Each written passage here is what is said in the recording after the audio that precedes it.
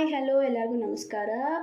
Welcome to Nammi's kitchen. So ಇವತ್ತಿನ ವೀಡಿಯೋಲ್ಲಿ ನಾನು ನಿಮಗೆ ಸಿಂಪಲಾಗಿ ಸ್ಟ್ರೀಟ್ ಸೈಡ್ ಎಗ್ ರೈಸ್ನ ಹೇಗೆ ಮಾಡ್ಕೊಳ್ಳೋದು ಅಂತ ತಿಳಿಸ್ಕೊಡ್ತೀನಿ.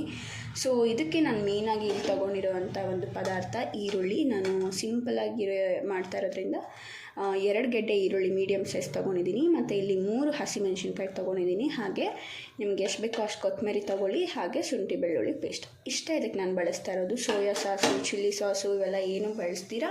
ಸ್ಟ್ರೀಟ್ ಸೈಡಲ್ಲಿ ಹೇಗೆ ನೀವು ಎಗ್ ರೈಸ್ನ ಮಾಡ್ತೀರಾ ಅಂತ ನಿಮಗೆ ಈ ವಿಡಿಯೋ ಮುಖಾಂತರ ತಿಳಿಸ್ಕೊಡ್ತೀನಿ. ಇನ್ನು ನೀವು ನನ್ನ ಚಾನಲ್ನ ಸಬ್ಸ್ಕ್ರೈಬ್ ಮಾಡ್ಕೊಳ್ಳಿಲ್ಲ ಅಂದರೆ ಬೇಗ ನನ್ನ ಚಾನಲ್ನ ಸಬ್ಸ್ಕ್ರೈಬ್ ಮಾಡ್ಕೊಳ್ಳಿ. ಹಾಗೆ ನನ್ನ ಪ್ರೀವಿಯಸ್ ವ್ಲಾಗ್ಸ್ನ ನೋಡಿಲ್ಲ ಅಂದರೆ ಪ್ರೀವಿಯಸ್ ವ್ಲಾಗ್ಸ್ನ ಕೂಡ ನೋಡಿ.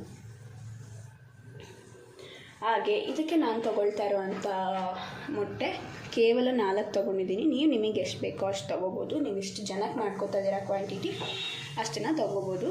ಸೊ ಇಲ್ಲಿ ಬಾಣಲಿ ಕಾದಿದೆ. ಇವಾಗ ನಾನು ಇದಕ್ಕೆ 3 ಟೇಬಲ್ ಸ್ಪೂನ್ ದೊಡ್ಡ ಟೇಬಲ್ ಸ್ಪೂನಲ್ಲಿ 3 ಟೇಬಲ್ ಸ್ಪೂನ್ ಅಷ್ಟು ಎಣ್ಣೆನ ಹಾಕ್ಕೋತಾ ಇದ್ದೀನಿ.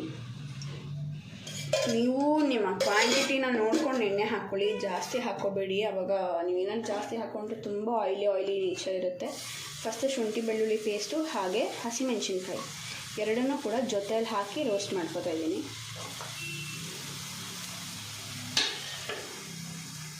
ರೈಸ್ ನೀವು ಮಕ್ಳಿಗೆ ಸ್ಕೂಲಿಗಾಗಿರ್ಬೋದು, ಇಲ್ಲ ಆಫೀಸ್ಗಾಗಿರ್ಬೋದು, ಇಲ್ಲ ಚಳಿ, ಎಸ್ಪೆಷಲಿ ಜನವರಿ ಮತ್ತು ಫೆಬ್ರವರಿ ತುಂಬ ಚಳಿ ಇರೋದ್ರಿಂದ ತುಂಬಾ ಚೆನ್ನಾಗಿರುತ್ತೆ, ರುಚಿಯಾಗಿರುತ್ತೆ.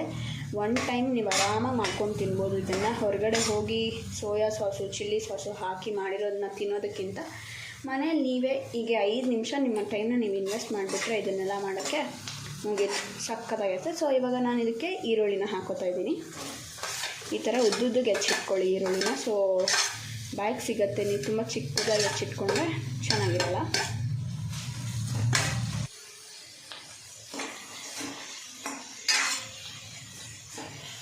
ಸೊ ಇವಾಗ ಇದು ಫ್ರೈ ಆಗಬೇಕು ಅಂದರೆ ನಾವು ಬೇಗ ಫ್ರೈ ಆಗಬೇಕಂದ್ರೆ ಉಪ್ಪು ಹಾಕ್ಕೋಬೇಕು. ನಾನು ಈಗ ಇದಕ್ಕೆ ಉಪ್ಪನ್ನ ಹಾಕ್ಕೊಂಡ್ಬಿಡ್ತೀನಿ. ನೀವು ರುಚಿಗೆ ಎಷ್ಟು ಬೇಕೋ ಅಷ್ಟು ಉಪ್ಪನ್ನ ಹಾಕ್ಕೊಳ್ಳಿ.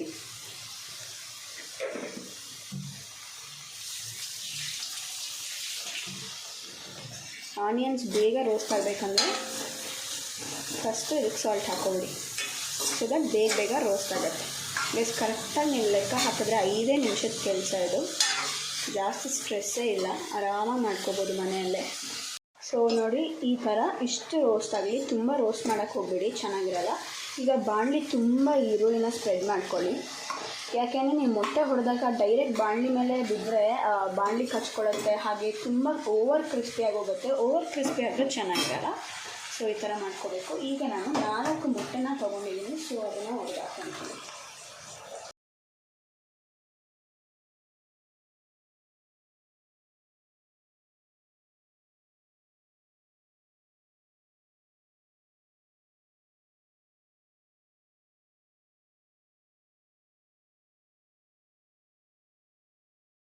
ಸೊ ಈಗ ಇದನ್ನು ಡೈರೆಕ್ಟಾಗಿ ಮಿಕ್ಸ್ ಮಾಡಬೇಡಿ. ಈಗ ಸುಮ್ಮನೆ ಸ್ಪ್ರೆಡ್ ಮಾಡಿ. ನೀವು ಡೈರೆಕ್ಟಾಗಿ ಮಿಕ್ಸ್ ಮಾಡಿದ್ರೆ ನಿಮಗೆ ಬಾಯಿಗೆ ಸಿಗಲ್ಲ ತಿನ್ನಬೇಕಾದ್ರೆ ಮೊಟ್ಟೆ. ಸೊ ನೋಡಿಕೊಂಡು ಆರಾಮಾಗಿ ಮಾಡ್ಕೊಂಡು ತಿನ್ನಬೇಕು. ಮಕ್ಕಳು ಎಲ್ಲರೂ ಇಷ್ಟಪಡ್ತಾರೆ. ಆಚೆ ಹೋಗಿ 70-80 ರೂಪಾಯಿ ಕೊಟ್ಟು ತಿನ್ನೋ ಬದಲು ಮನೆಯಲ್ಲೇ ಹೀಗೆ ಮಾಡ್ಕೊಂಬಿಟ್ರೆ ಸುಲಭವಾಗಿ ಆಗೋಯ್ತು ಕೆಲಸ. ಸೊ ನೋಡ್ತಿದ್ದೀರಲ್ಲ, ಈಗ ನಾನು ಲಿಡ್ ಓಪನ್ ಮಾಡಿದ್ದೀನಿ. ನೋಡಿ, ಈ ಥರ ಆಗಿರಬೇಕು. ಸೊ ನಿಮಗೆ ತಿನ್ನಬೇಕಾದ್ರೆ ಎಗ್ ಸಿಕ್ಕತ್ತೆ. ಇಲ್ಲ ಅಂದರೆ ನೀವು ಸ್ಟಾರ್ಟಿಂಗಲ್ಲೇ ರೋಸ್ಟ್ ಮಾಡಿ ಎಲ್ಲ ಹಾಕ್ಬಿಡ್ತೀರಾ ಅಂದರೆ ಸಿಗೋಲ್ಲ. ಸೊ ಇವಾಗ ಇದಕ್ಕೆ ನಾನು ಸ್ವಲ್ಪ ಕೊರಿಯಂಡರ್ನ ಆ್ಯಡ್ ಮಾಡ್ತಾಯಿದ್ದೀನಿ. ತುಂಬ ಈಸಿ ಗೈಸ್, ಏನು ಜಾಸ್ತಿ ಐಟಮ್ಸ್ ನೀವು ಹಾಕೋದೇ ಬೇಡ. ಇದಕ್ಕೆ ಮಸಾಲೆಗಳ ಅವಶ್ಯಕತೆಯೇ ಇಲ್ಲ ಜಾಸ್ತಿ. ಸೊ ಈಗ ನಾನು ನಿನ್ನೆ ನೈಟ್ ನಾನು ಎತ್ತಿ ಇಟ್ಕೊಂಡಿರುವಂಥ ಮಿಕ್ಕಿರುವಂಥ ಅನ್ನನ ಆ್ಯಡ್ ಮಾಡ್ತಾಯಿದ್ದೀನಿ. ಯಾವತ್ತಿದ್ರೂ ಅಷ್ಟೇ ಎಗ್ ರೈಸು ನೀವು ಹೊಸದಾಗಿ ಮಾಡ್ತೀನಿ ಅನ್ನನ ಅಂತಂದರೆ ಚೆನ್ನಾಗಿರಲ್ಲ. ಈ ಥರ ಮಿಕ್ಕಿರೋ ಅನ್ನದಲ್ಲಿ ಮಾಡಿದ್ರೆ ಸಕ್ಕತ್ತಾಗಿರುತ್ತೆ.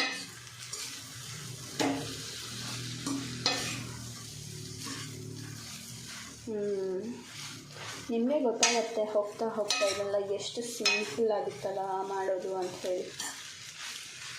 ಸೊ ಇದಕ್ಕೆ ನಾನು ಸ್ವಲ್ಪ ರೈಸ್ನ ಆ್ಯಡ್ ಮಾಡ್ತಾಯಿದ್ದೀನಿ.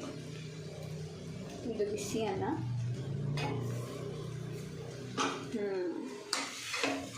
ಇನ್ನೂ ಜಾಸ್ತಿ ಚಿಕನ್ ರೆಸಿಪೀಸ್ ಬೇಕಾದರೂ ನಾನು ಮಾಡ್ತೀನಿ ಗೈಸ್. ಕಾಮೆಂಟ್ ಮಾಡಿ ಕೇಳಿ ನಿಮ್ಗೆ ಏನು ಬೇಕು ಅಂತ. ಸೊ ಅದಕ್ಕೆ ನಾನು ಇಷ್ಟೊತ್ತು ತನಕ ಏನೂ ಮಸಾಲಾಸ್ ಆ್ಯಡ್ ಮಾಡಿರಲಿಲ್ಲ. ಈಗ ನಾನು ಇದಕ್ಕೊಂದು ಸ್ವಲ್ಪ ಕೊರಿಯಂಡರ್ ಪೌಡರ್ನ ಆ್ಯಡ್ ಮಾಡ್ಕೊಳ್ತಾ ಇದ್ದೀನಿ.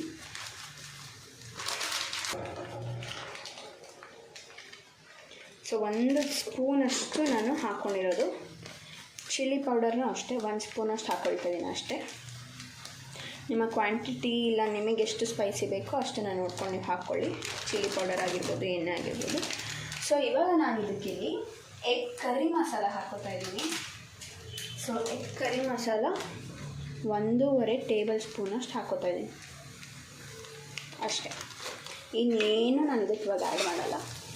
ರೈಸ್ ಹಾಕಿದ್ಮೇಲೆ ಮಸಾಲಾನ ಹಾಕಿ, ಇಲ್ಲ ಅಂದರೆ ನಿಮಗೆ ಎಗ್ಗಲ್ಲೇ ಎಲ್ಲ ಮಸಾಲ ಹೀರ್ಕೊಂಡ್ಬಿಟ್ಟಿರುತ್ತೆ, ರೈಸಿಗೆ ಮಸಾಲಾನೇ ಹಿಡಿಯಲ್ಲ. ಸೊ ನೋಡಿಕೊಂಡು ಹಾಕ್ಕೊಳ್ಳಿ.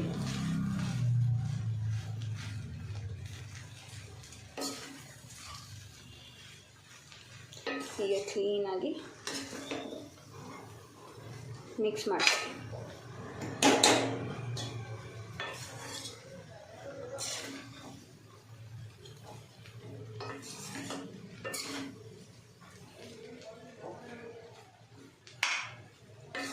ನಿಮಗೆ ಎಗ್ ಕರ್ರಿ ಬೇಕು ಅಂತ ಅಂದರೆ ನಾನು ನೆಕ್ಸ್ಟ್ ವೀಡಿಯೋನಲ್ಲಿ ಪೋಸ್ಟ್ ಮಾಡ್ತೀನಿ ಗೈಸ್. ಎಗ್ ಕರ್ರಿ ಕೂಡ ತುಂಬ ಸಿಂಪಲ್ಲು ಮಾಡೋದು. ತುಂಬ ಜನ ಕಾಂಪ್ಲಿಕೇಟ್ ಮಾಡಿ ಮಾಡ್ಕೋತಾರೆ. ಸೊ ನಾನು ಸಿಂಪಲಾಗಿ ಎಗ್ ಕರ್ರಿ ಹೇಗೆ ಮಾಡೋದು ಈ ಎಗ್ ರೈಸ್ಗೆ ಅಂತ ಹೇಳಿ ನಿಮಗೆ ತೋರಿಸ್ಕೊಡ್ತೀನಿ. ಸೊ ಇನ್ನೂ ನೀವು ನನ್ನ ಚಾನಲ್ ಸಬ್ಸ್ಕ್ರೈಬ್ ಮಾಡಿಲ್ಲ ಅಂದರೆ ನನ್ನ ಚಾನಲ್ ಸಬ್ಸ್ಕ್ರೈಬ್ ಮಾಡ್ಕೊಳ್ಳಿ. ಸೊ ನೋಡಿ ಹೇಗೆ ಉದ್ರಾಗಿದೆ ನನ್ನ ಈ ವಿಡಿಯೋ ನಿಮ್ಗೆ ಇಷ್ಟ ಆಗಿದರೆ ಲೈಕ್, ಶೇರ್, ಕಾಮೆಂಟ್, ಸಬ್ಸ್ಕ್ರೈಬ್ ಎಲ್ಲ ಮಾಡ್ಕೊಳ್ಳಿ. ಸೊ ಇಷ್ಟೇ, simple. So thank you for watching my video guys. ಸಿಗೋಣ ನೆಕ್ಸ್ಟ್ ವಿಡಿಯೋ ಅಲ್ಲಿ. So until then take care, see you in next video. Keep loving and keep on